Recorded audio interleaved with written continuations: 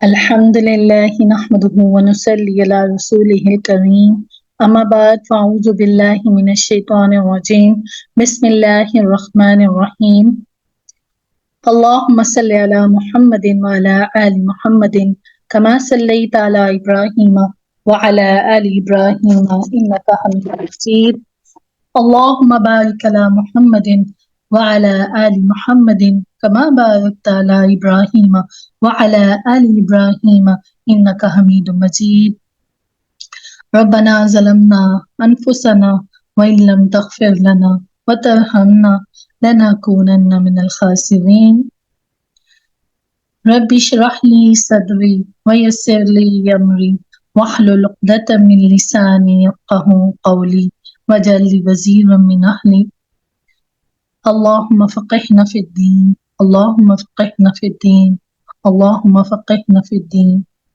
اللہ سبحانہ تعالیٰ آج جمعۃ المبارک کا دن ہے۔ اللہ سبحانہ تعالیٰ ہمارا خاتمہ بالایمان پہ کرنا، اللہ تعالیٰ ہمیں زیادہ سے زیادہ درود پڑھنے کی توفیق عطا کر دینا، اللہ ہمیں اپنے نبی کے راستے پہ چلا دے۔ آج ہم انشاءاللہ آیت نمبر 51 سے پڑھیں گے، تو اللہ کا نام لیتے ہیں۔ اعوذ باللہ من الشیطان الرجیم۔ ابھی پچھلے رکوع میں ہم نے پڑھا ہے نا، وَمَا نُرْسِلُ الْمُرْسَلِينَ إِلَّا مُبَشِّرِينَ وَمُنذِرِينَ آیت 48 میں کہ تمام رسول کس کے لیے آئے؟ خوشخبریوں کے لیے آئے اور انذار کے لیے آتے رہے۔ اسی صورت میں ہم یہ بھی پڑھ چکے کہ حضور صلی اللہ علیہ وسلم کی زبانی مبارک سے کہوایا گیا وَأُوحِيَ إِلَيَّ هَذَا الْقُرْآنُ، یہ قرآن میری طرف سے وحی کیا گیا ہے تاکہ اس کے ذریعے سے میں خبردار کروں تم لوگوں کو اور ان تمام لوگوں کو بھی جن تک یہ پہنچے۔ یہاں اب پھر قرآن کے ذریعے سے بھی ہی انذار کا حکم آ رہا ہے۔ اے نبی صلی اللہ علیہ وسلم، آپ کا کام کیا ہے؟ انذار اور تبشیر، جسے آپ اس قرآن کے ذریعے سے سر انجام دیں گے۔ کیا اللہ تعالیٰ بتا رہے ہیں؟ وَأَنذِرْ، خبردار کر دیجئے، بھی ہی، اس کے ساتھ کلیئر کٹ اللہ سبحانہ تعالیٰ نے بتا دیا کہ ڈراوے کس کے ساتھ ہوں گے؟ قرآن کے ساتھ ہوں گے۔ بِهِ الَّذِينَ يَخَافُونَ، خبردار کر دیجئے اس قرآن کے ذریعے سے ان لوگوں کو جنہیں واقعتاً کچھ خوف ہے، یہ کہ وہ اکٹھے کیے جائیں گے۔ کدھر اکٹھے کیے جائیں گے؟ الی ربہم، ان کے رب کی طرف۔ جیسا کہ پہلے بھی ذکر ہو چکا کہ مشرکین مکہ میں بہت کم لوگ تھے جو موت کے بعد زندہ ہو جانے کے انکاری تھے نا، بہت کم لوگ تھے جو بعث الموت کے منکر تھے۔ ان میں زیادہ تر لوگوں کا عقیدہ یہی تھا کہ مرنے کے بعد ہم اٹھائے جائیں گے، قیامت آئے گی، سب انسانوں کی اللہ کی حضوری پیشی ہوگی۔ لیکن اپنے باطل معبودوں کے بارے میں ان کا گمان تھا کہ وہ انہیں چھڑانے کے لیے وہاں موجود ہوں گے، انہیں سزا سے بچا لیں گے۔ جیسے آج ہمارے بھی ہوتا ہے نا کہ ہم نے نماز نہیں پڑھنی فلاں بزرگ کہ میں نے بیعت کر لی، وہ مجھے بچا لیں گے، فلاں پیر مجھے بچا لے گا۔ ڈرتا وہ ہے جس کو قیامت والے دن اللہ کے سامنے کھڑا ہونے کا ڈر ہو۔ جو مبلغ ہوتے ہیں نا، 3 قسم کے لوگوں کی طرف بھیجے جاتے ہیں۔ جیسے اللہ سے ڈرنے والے ہوتے ہیں، جیسے ان کو اللہ کی بات سنی، جیسے ہی انہوں نے اللہ کی بات سنی تو فوراً مان لیتے ہیں، جیسے حضرت ابوبکر صدیق ہے، جیسے آپ عشرہ مبشرہ پڑھ رہے ہیں کہ جیسے اللہ کے نبی کے دوست تھے، وہ جیسے انہوں نے اللہ کی بات ان کو پیش کی فوراً مان لیتے۔ آپ میں سے بھی کتنے ایسے لوگ ہیں جو داعی اللہ کا کام کر رہے ہیں نا، تو آپ بھی دیکھتے ہوں گے کہ کئی ایسے لوگ ہوتے ہیں فوراً کہہ دیتے ہیں میں کل سے آپ کے ساتھ کلاس شروع کر لوں گی، یا میں سیکھ لوں گی، یا میں آ جاؤں۔ تو کئی لوگوں کو کتنا ٹائم کہنا پڑتا ہے نا، پھر اس کے بعد وہ لوگ آتے ہیں۔ وہ شک میں ہوتے ہیں کہ پتہ نہیں ان کا فرقہ کیا ہے، کیسے ہیں ویسے ہیں۔ تو جو متردد ہوتے ہیں، شک والے ہوتے ہیں۔ تو تیسرے جو ہوتے ہیں نا، وہ بالکل منکر ہوتے ہیں، بالکل منکر ہوتے ہیں، مطلب وہ تو سرے سے انکار کر دیتا ہے نا۔ تو یہ ہدایت اس کو ملتی ہے جو مانگتا ہے۔ تو اللہ سبحانہ تعالیٰ بتا رہے ہیں لیس لہم من دونہ، اس حال میں کہ ان کے لیے نہیں ہوگا اللہ کے سوا کوئی حمایتی، نہ کوئی سفارش کرنے والا شاید کہ اس طرح سمجھانے سے ان میں سے کچھ لوگوں میں تقوی پیدا ہو جائے۔ تو دیکھیں وہ ان کا یہ خیال تھا کہ ہمارے دیوی دیوتاؤں یا پیر فقیر یا جو ان کے بت ہیں ان کو بچا لیں گے، لیکن ساتھ ہی اللہ سبحانہ تعالیٰ کی بات سب سے سچ ہے نا، تو اللہ نے ساتھ ہی کلیئر کٹ بتا دیا کہ اس حال میں ان کے لیے کوئی بھی اللہ کے سوا ان کا کوئی ہیلپر نہیں ہوگا، کوئی ان کا دوست نہیں ہوگا، کوئی سفارش کرنے والا نہیں ہوگا۔ تو اسی طرح سمجھانے سے ان کے اندر تقوی پیدا ہو جائے۔ تو جب ہم قرآن پڑھتے ہیں، اس کو سمجھتے ہیں، تو کیا ہوتا ہے؟ انسان کے دل میں تقوی پیدا ہو جاتا ہے۔ تقوی ایسی فورس ہے جو اس کو سیدھے راستے پہ رکھتا ہے نا۔ تو اگر تبلیغ کا انداز ہو کہ لوگ بچ جائیں، کس سے بچ جائیں؟ برائیوں سے بچ جائیں، جہنم سے بچ جائیں۔ تو آج ہم بھی تو تبلیغ کرتے ہیں نا، تو ان کو خبردار کر دیں کہ اپنے باطل معبودوں کی شفاعت کے بارے میں جو لوگ یہ خوش فہمیوں کو، جو ان کے دلوں میں غلط فہمیاں ہیں، خوش فہمیوں کو دور کر لیں، شاید کہ حقیقت حال کا ادراک ہونے کے بعد ان کے دلوں میں کچھ خوف پیدا ہو جائے۔ اللہ اکبر۔ تو آیت نمبر 52، ولا اور نہیں، تطرد الذین، مت دھتکاریے ان لوگوں کو، یدعون، جو پکارتے ہیں، ربہم، اپنے رب کو، کب؟ بالغداتی، صبح اور شام، کس لیے پکارتے ہیں؟ یریدون، وہ چاہتے ہیں، وجہہ، اس کا چہرہ۔ دراصل نا اس آیت کا جو شان نزول ہے نا، اس کا کیا ہے؟ دراصل یہ اشارہ ہے اس خاص معاملے کی طرف جو تقریباً تمام رسولوں کے ساتھ پیش آیا۔ جتنے اللہ تعالیٰ نے رسول بھیجے نا، ان کے ساتھ یہ معاملہ پیش آیا۔ واقعہ یہ ہے، عام طور پر رسولوں کی دعوت پر سب سے پہلے مفلس، نادار لوگ ہی لبیک کہتے ہیں۔ ایسے لوگوں کو نبی صلی اللہ علیہ وسلم کی محفل میں دیکھ کر جو امیر لوگ ہوتے ہیں، صاحب ثروت اور حیثیت لوگ اس دعوت سے اس لیے بھی بھاگتے ہیں کہ اگر ہم ایمان لے آئے تو ہمیں ان کے ساتھ بیٹھنا پڑے گا۔ اللہ کے نبی کی محفل تو کوئی ایسے تھوڑی ہوتی تھی کہ کوئی وی آئی پی لوگ ہیں وہ آگے بیٹھ گئے، پیچھے کمی کمین لوگ۔ اللہ کے نبی کی تو محفل ایسی ہوتی تھی کہ میرے اور آپ کے پیارے نبی صلی اللہ علیہ وسلم بیٹھے ہوتے تھے، ان کے ارد گرد بلال کون تھے؟ غلام آزاد کیے ہوئے تھے نا، خباب، غلام، مسکین لوگ بیٹھے ہوئے ہوتے تھے نا۔ تو جو بڑے بڑے لوگ ہوتے تھے کہتے اگر ہم نے دعوت قبول کر لی تو ہمیں تو ان کمی کمین لوگوں کے پاس ساتھ بیٹھنا پڑے گا نا، تکبر ہوتا تھا نا۔ تو اس حوالے سے قرآن مجید میں حضرت نوح علیہ السلام کی قوم کا خصوصی طور پر ذکر ہوا۔ آپ علیہ السلام کی قوم کے سردار کہتے، اے نوح، ہم تو آپ کے پاس آنا چاہتے ہیں، آپ کے پیغام کو سمجھنا بھی چاہتے ہیں، لیکن جب ہم آپ کے ارد گرد گھٹیا قسم کے لوگوں کو بیٹھے دیکھتے ہیں تو ہماری غیرت یہ گوارا نہیں کرتی کہ ہم ان کے ساتھ بیٹھیں۔ تو یہی بات جو سرداران قریش تھی، جو قریش مکہ تھے نا، رسول اللہ صلی اللہ علیہ وسلم سے کہتے تھے کہ آپ کے پاس ہر وقت جن لوگوں کا جمگھٹا لگا رہتا ہے، مثلا جو آپ کے پاس ہر وقت لوگ اکٹھے رہتے ہیں، وہ لوگ ہمارے معاشرے کے پست طبقات سے تعلق رکھتے ہیں، وہ تو بڑے غریب ہیں، غربا ہے نا، ان میں سے اکثر ہمارے غلام ہیں۔ ایسے لوگوں کی موجودگی میں آپ صلی اللہ علیہ وسلم کی محفل میں بیٹھنا ہمارے شایان شان نہیں۔ تکبر ہوتا ہے نا، تکبر۔ دیکھیں جس رستے سے ہم دنیا میں آئے سب اسی رستے سے آئے نا، تو جس زمین میں جانا ہے تو کیا شاہ و گدا ایک وہ ہے نا، تو موت کا بھی مثلا جو جگہ ملنی ہے تو اتنی مثلا فقیر کو مل جاتی، اتنی امیر کو مل جاتی۔ ان کی ایسے باتوں کے جواب میں یہاں فرمایا جا رہا ہے کہ نبی صلی اللہ علیہ وسلم، آپ ان کی ایسی باتوں سے کوئی اثر نہ لیں، ان کے لیے آپ خواہ مخواہ اپنے مخلص ساتھیوں کو خود سے دور نہ کریں۔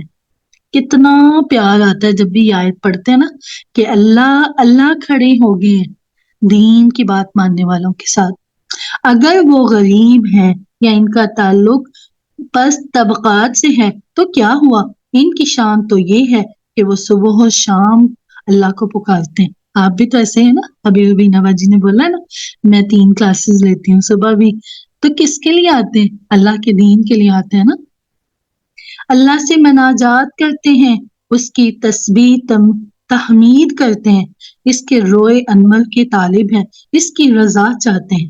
یہ کوئی ہم ثواب کے لیے نہیں پڑھ رہے, ثواب تو ملنا ہی ملنا, یہ ہم سیکھ رہے ہیں, سمجھ رہے ہیں اللہ کی رضا کے لیے. یریدون وجہ, وہ چاہتے ہیں اللہ کا چہرہ. سورۃ البقرہ میں ایسے لوگوں میں کے بارے میں فرمایا گیا ہے من یشری نفسہ ابتغاء مرضات اللہ, آیت نمبر 207 میں, کہ یہ وہ لوگ ہیں جنہیں اپنی جانیں, اپنی زندگیاں اللہ تعالیٰ کی رضا جوئی کے لیے وقف کر دی.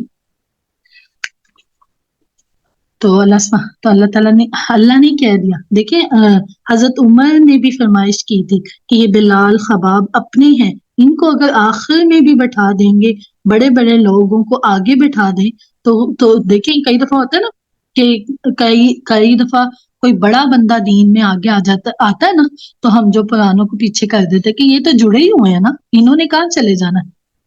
تو اللہ تعالیٰ نے کس سے, دیکھیں قرآن کیا ہے, قرآن خود علیت ہے نا, اللہ کا پاک کلام ہے, اللہ کا سب سے بڑے اللہ کا کلام, یہ دوسروں کو بھی علیت کر دیتا. جو بھی قرآن سے جوڑے گا وہ خود بھی علیت ہو جائے گا, جو بھی قرآن سے جڑ جائے گا نا وہ خود بھی علیت ہو جائے گا. تو یہ جو اسلام کی سیٹ ہے نا سب کے لیے اوپن ہے, یہ صرف امیروں کی نہیں ہے, یہ سب کا اسلام ہے, کیونکہ اللہ سب کا ہے, نبی سب کا ہے, قرآن سب کا ہے. لوگ تو دوسروں کی جیب کو دیکھتے ہیں نا, اچھا فلاں امیر ہو گیا, اللہ بندے کے دل کو دیکھتا ہے کہ میرا بندہ کس دل سے آیا, اپنی نیتوں کو خالص کرنے, اللہ کے لیے خالص کرنا. اللہ اکبر. جس کے دل میں تکبر ہے وہ کبھی بھی دین کی طرف نہیں آتا, وہ اپنے آپ کو بڑا مانتا ہے نا. تو اللہ تعالیٰ اب اپنے نبی کو کیا کہہ رہے ہیں دیکھیے گا, ما علیکا, آپ کے ذمے ان کے حساب میں سے کچھ نہیں ہے. ما علیکا من حسابہم من شیء, آپ کے ذمے ان کے حساب میں سے کچھ نہیں ہے. وما من حسابک علیہم من شیء, اور نہ آپ کے حساب میں سے ان کے ذمے کچھ ہے. یعنی ہر شخص اپنے اعمال کے لیے خوب جواب دہ ہے, وہ اور ہر شخص کو اپنی کمائی خود کرنی ہے. آپ کے ذمے کا آپ کے ذمے آپ کا فرض ہے, وہ آپ صلی اللہ علیہ وسلم ادا کرتے رہیں. جو لوگ آپ صلی اللہ علیہ وسلم کی دعوت پر ایمان لا رہے ہیں وہ بھی اللہ کی نظر میں ہے, اور جو اس کا انکار کر رہے ہیں ان کا حساب بھی وہ لے لے گا. ہر ایک کو اس کے طرز عمل کے مطابق بدلہ دیا جائے گا. نہ آپ صلی اللہ علیہ وسلم ان کی طرف سے جواب دے ہیں, نہ وہ آپ صلی اللہ علیہ وسلم کی طرف سے جواب دے ہیں. تو اب دیکھیں اللہ تعالیٰ کیا کہہ رہے ہیں اپنے نبی کو, اس بات کو غور سے سنیے گا. فَتَتْرُدَهُمْ, تو اگر بالفرض انہیں اپنے سے دور کریں گے, فَتَكُونَ مِنَ الظَّالِمِينَ, تو آپ ظالموں میں سے ہو جائیں گے. دو ٹوک انداز میں اللہ تعالیٰ نے بات کر دی کہ اگر آپ نے ان کو دور کیا اپنے سے تو آپ ظالموں میں سے ہو جائیں گے. دو ٹوک انداز میں اللہ سبحانہ تعالیٰ نے بات کر دی ہے.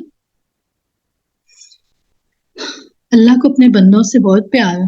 اللہ کرے ہمیں بھی اپنے اللہ سے پیار ہو جائے, ہم بھی اللہ کی باتوں کو, اللہ کے احکامات کو من و ان مان لیں, ہم آگے سے حجتیں پیش نہ کریں.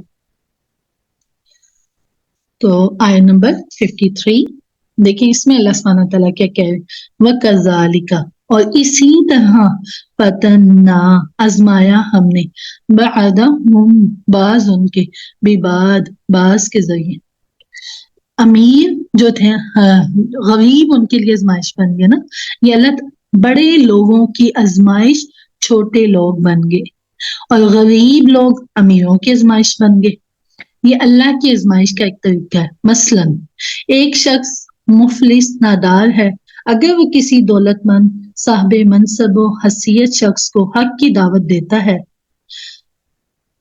تو وہ اس پر حقارت بھری نظر ڈال کر مسکرا دیتا ہے کہ اس کو دیکھو، اس کی اوقات کو دیکھو، یہ سمجھانے چلا ہے مجھ کو۔ حالانکہ اصولی طور پر اس صاحب حیثیت شخص کو غور کرنا چاہیے کہ جو بات اس سے کہی جا رہی ہے وہ صحیح ہے یا غلط، نہ کہ بات کہنے والے کے مرتبہ و منصب کو دیکھنا چاہیے۔ اللہ تعالیٰ فرماتے ہیں کہ اس طرح ہم لوگوں کی آزمائش کرتے ہیں۔ دیکھیں، اب آپ کو فار ایگزامپل کوئی بات بتانے آیا، اللہ کی بات بتانے والا، بجائے کہ ہم اللہ کی بات کو مانیں کہ وہ بات کیا کرے، ہم لوگوں میں کھو جاتے ہیں نا، کہ آپ مثلا لوگوں کی ذات میں کھو جاتے ہیں۔ تو حق بات تو یہ ہے کہ وہ اگر سچ اور صحیح بات بتا رہے ہم اس کی بات کو مان لیں، تو یہ آزمائش بن جاتی ہے۔ اللہ تعالیٰ بتا رہے کہ ہم نے ایک دوسرے کو آزمائش بنا دیا۔ لِيَقُولُوا، تاکہ وہ کہیں کیا یہی لوگ ہیں جن پر اللہ نے خاص انعام کیا ہے ہم میں سے؟ مثلا جو غریب لوگ ہیں وہ یہ دعویٰ کریں کہ کیا یہی لوگ ہیں، مثلا یہ کمین غریب ہی لوگ رہ گئے تھے جن کو اللہ نے چن لیا۔ الیس اللہ، کیا اللہ بعلم بالشاکرین، تو کیا اللہ زیادہ واقف نہیں ہے ان سے جو واقعتاً اس کا شکر کرنے والے ہیں۔ صاحب حیثیت لوگ تو دعویٰ رکھتے ہیں کہ اللہ کا انعام اور احسان تو ہم پر ہوا، مثلا دولت ان کے لیے آزمائش بن گئی ہے نا، کہ پیسہ ہمارے پاس ہے، دولت مند ہم ہیں، چدراہٹیں تو ہماری ہیں، یہ جو نچلے طبقات کے لوگ ہیں ان کو ہم پر فضیلت کیسے مل گئی۔ سردران قریش بھی اس طرح کی باتیں کیا کرتے تھے۔ اگر اللہ تعالیٰ نے کتاب نازل کرنی تھی، کسی کو نبوت دینی تھی، تو اس کے لیے کوئی رجل من قریتین یا عظیم منتخب کیا جاتا ہے نا، زخرف کی آیت 31، یعنی یہ مکہ اور طائف جو دو بڑے بڑے شہر ہیں، ان میں بڑے بڑے سردار ہیں، سرمایہ دار ہیں، بڑی بڑی شخصیات ہیں، ان میں سے کسی کو نبوت ملتی تو کوئی بات بھی تھی۔ یہ کیا ہوا کہ مکہ کا ایک یتیم جس کا بچپن مفلسی میں گزرا، جوانی مشقت میں کٹی، جس کے پاس دولت ہے نہ کوئی منصب ہے، وہ نبوت کا دعوے دار بن گیا۔ اس قسم کے اعتراضات کا ایک اور مسکت جواب اسی صورت کی آیت 164 میں اللہ اعلم حیث یجعلہ رسالہ، اللہ تعالیٰ بہتر جانتا ہے کہ اپنی رسالت کا منصب کس کو دینا چاہتا ہے، کس میں اس منصب کو سنبھالنے کی صلاحیت ہے۔ جیسے طالوت کے بارے میں لوگوں نے کہہ دیا کہ وہ کیسے بادشاہ بن سکتا ہے، اسے تو مال و دولت کی وسعت بھی نہیں دی گئی، ہم دولت مند ہیں، ہمارے مقابلے میں اس کی کوئی مالی حیثیت نہیں۔ اس کا جواب یوں دیا گیا کہ طالوت کو جسم اور علم کے اندر اللہ سبحانہ تعالیٰ نے کشادگی عطا فرمائی، لہٰذا اس میں بادشاہ بننے کی اہلیت تم لوگوں سے زیادہ ہے۔ تو کلیئر کٹ اللہ سبحانہ تعالیٰ نے بتا دیا کہ کون کس کا مستحق ہے۔ اللہ کی رحمت ہے کہ اللہ نے ان کے پھٹے پرانے کپڑوں میں بھی انہیں اپنی رحمت میں لے لیا۔ کیا حال تھا حضرت بلال رضی اللہ تعالیٰ عنہ کا، تو اللہ تعالیٰ نے ان کو اپنی دامن رحمت میں لے لیا۔ مجرم کون ہوتا ہے؟ جو گناہوں میں ہی ڈوبا رہتا ہے۔ اللہ کو وہ بندہ بہت پیارا لگتا ہے جو گناہ کر کے واپس آ جاتا ہے۔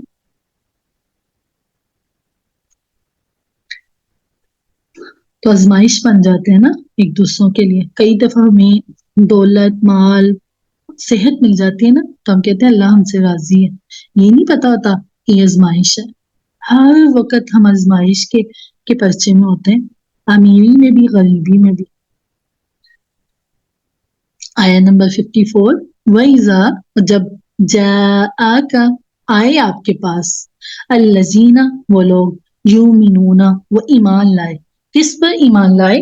بِآیاتِنَا، ہماری آیات پر، اللہ کی آیات پر۔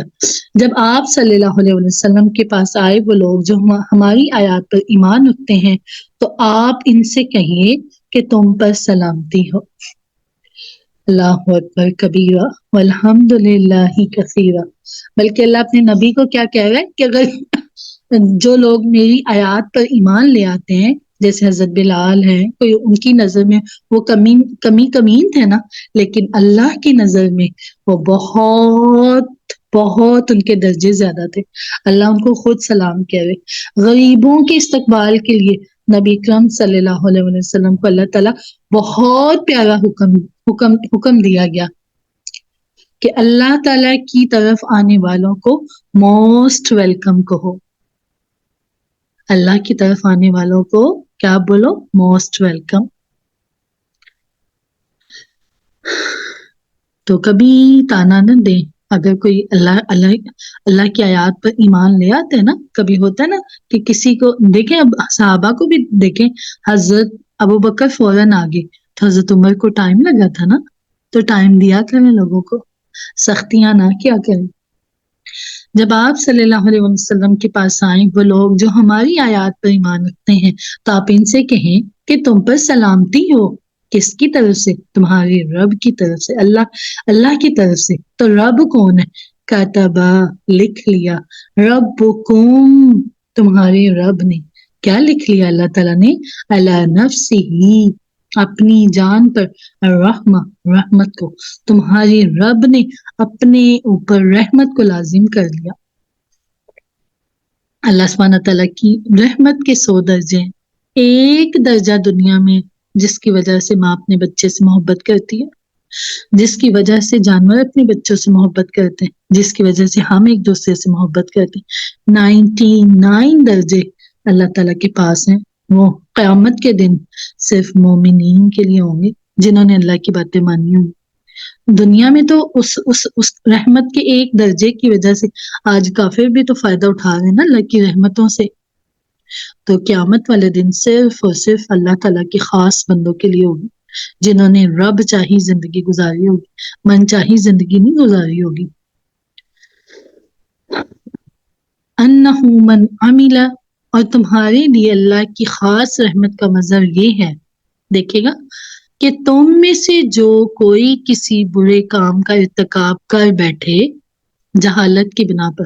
اب کئی دفعہ ہوتا ہے نا کہ انسان کو جب دین زندگی میں نہیں ہوتا تو اس سے کوئی گناہ ہو جاتے ہیں نا، نہیں پتا ہوتا نا.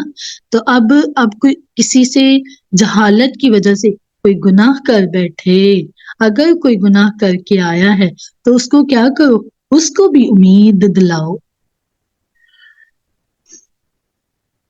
لیکن جن لوگوں نے اپنے آپ کو گناہوں میں رکھنے کی بجائے توبہ کے پانی سے اپنے گناہوں کو صاف کر لیا، تو اللہ سبحانہ تعالیٰ ان کے بارے میں بات کر رہا ہے کہ تم میں سے جو کوئی برے کام کا ارتکاب کر بیٹھے گا جہالت کی بنا پر. دیکھیں حضرت عمر نے کیا کیا تھا، ننگی تلوار لے کے نعوذ باللہ من ذالک اللہ کے نبی کو قتل کرنے کے ارادے سے آئے تھے نا. تو جہالت تھی نا، علم نہیں تھا. تو جیسے ہی علم آ گیا تو وہ آ گیا اللہ کے نبی کے پاس. تو پھر وہ اس کے بعد توبہ کرے اور اصلاح کر لے گا تو اللہ کیا کرے گا؟ اللہ اس کو بخش دے گا. اللہ تو مہربان ہے، دنیا والوں کی طرح تھوڑی ہے کہ تانے دیتے جائیں. آج ہم ایک کام غلط کر دیں تو دنیا 99 جو نیکیاں کی ہوتی ہے اس کو بھی مٹی میں ڈال دیتی ہے نا. اللہ کی رحمت کنڈیشنل ہے. کس کے لیے؟ توبہ اور اصلاح کے بعد اللہ کی رحمت ہے. ہم پہلے ہی گناہ کرتے جائیں پھر بولیں اللہ تو غفور رحیم ہے. کئی لوگوں کو آپ نے بھی دیکھا ہوگا نا کہ لوگ کہتے ہیں وہ جی آج نماز نہیں پڑھی، اللہ غفور رحیم ہے. اب وہ پڑھی نہیں ہے، اس کی معافی نہیں مانگی، اس کی قضا نہیں دی، تو وہ پھر اس کے بعد ہی ہوگا نا. اگر آپ نے توبہ کر لی تو اب فجر کی نماز فار ایگزامپل رہ گئی ہے نا، تو اب کیا ہے، تو اب وہ سارا دن کسی دوست کو بتائیں کہ ختیجہ جی دیکھیں میری نماز آئے گی. ختیجہ جی بول رہے ہیں اللہ تو غفور رحیم ہے. تو وہ کس صورت میں غفور رحیم ہے؟ اگر میں نے اس سے توبہ کر لی کہ اللہ تعالیٰ میں آپ سے معافی مانگتی ہوں، اللہ آئندہ نہیں رہے گی، تو اصلاح بھی کر لی کہ میں نے اس کی قضا بھی عطا کر دی نا، اسی دن ہوتی ہے نا. جیسے کہتے ہیں جیسے کسی کی فجر رہ جائے، جیسے آنکھ کھلے تو اٹھ کے وہ سب سے پہلے فجر پڑھ لے، نیند کی وجہ سے رہ گئی، تو اس کے بعد اللہ تعالیٰ دیکھیں ثم تابا، پھر اس نے توبہ کی، من بعدہ، بعد اس کے، وَأَصْلَحَا، اور اصلاح بھی کر لی، پھر فَأَنَّهُ غَفُورٌ رَحِيمٌ، پھر اللہ تعالیٰ اس کو بخشنے والا اور رحم کرنے والا ہے. اس کے بعد اللہ سبحانہ تعالیٰ بتا رہے وَكَذَلِكَ، اسی طرح نُفَصِّلُ، ہم تفصیل بیان کرتے ہیں، کس کی؟ الآیات، اللہ تعالیٰ کی آیات کی. لِتَسْتَبِينَ سَبِيلُ الْمُجْرِمِينَ، تاکہ لوگ ان پر غور و فکر کریں اور مجرموں کا راستہ واضح ہو جائے۔ اسی طرح ہم اپنی آیات کی تفصیل بیان کرتے ہیں تاکہ لوگ ان پر غور و فکر کریں۔ تو آپ یہی کر رہے ہیں نا، ماشاء اللہ لا قوت الا باللہ، تاکہ ہمیں پتہ چل جائے کہ نیکوں کا راستہ کون سا ہے، مجرموں کا راستہ کون سا ہے۔ نفصل الآیات کے بعد کیا ہوتا ہے، لیتفکروا بہا، کہ اس میں غور و فکر ہوتا ہے نا، یعنی ہم آیات کی تفصیل اس لیے بیان کرتے ہیں کہ لوگ ان پر غور و فکر کریں۔ اگر وہ ان پر غور کریں گے، تفکر کریں گے، تو مجرموں کا راستہ ان کے سامنے کھل کر سامنے آ جائے گا۔ دیکھیں، گنہگار ہونا اور بات ہے، مجرم ہونا اور بات ہے۔ جو گنہگار ہوتا ہے نا، گنہگار کو اللہ معاف کر دیتا ہے، مجرم کو سزا ملے گی، مجرم کی پکڑ بہت سخت ہے۔ تو اللہ سبحانہ تعالیٰ، دیکھیں گناہ ہو جاتے ہیں انسان سے، ایک انسان خطا کا پتلا ہے، ہو جاتے ہیں اسے، تو گناہ پہ معافی مانگ لی جائے تو وہ کیا ہے، اللہ اس کو معاف کر دیتے ہیں۔ لیکن جو مجرم ہوتے ہیں نا، تو پھر مجرم کو سزا ملے گی، مجرم کی جو پکڑ ہوتی ہے نا، پھر وہ بہت ہی سخت ہوتی ہے۔ مجرم کون ہوتا ہے؟ جو گناہوں میں ہی ڈوبا رہتا ہے۔ گنہگار جو گناہ سے نکل کر اللہ کی طرف آ جاتا ہے، وہ گنہگار ہوتا ہے۔ اللہ سبحانہ تعالیٰ ہمارے لیے بھی دین کی طرف، اللہ کی طرف آنا آسان کر دے، تو یہ قرآن اس کو آسان بنا دیتا ہے۔ اللہ سبحانہ تعالیٰ جو بھی سکھائے، اللہ سبحانہ تعالیٰ اس میں ہمیں عمل والا بنا دے، اللہ خاتمہ بالایمان پہ کر دے۔ سبحانک اللہم و بحمدک، نشہد ان لا الہ الا انت، نستغفرک و نتوب الیک۔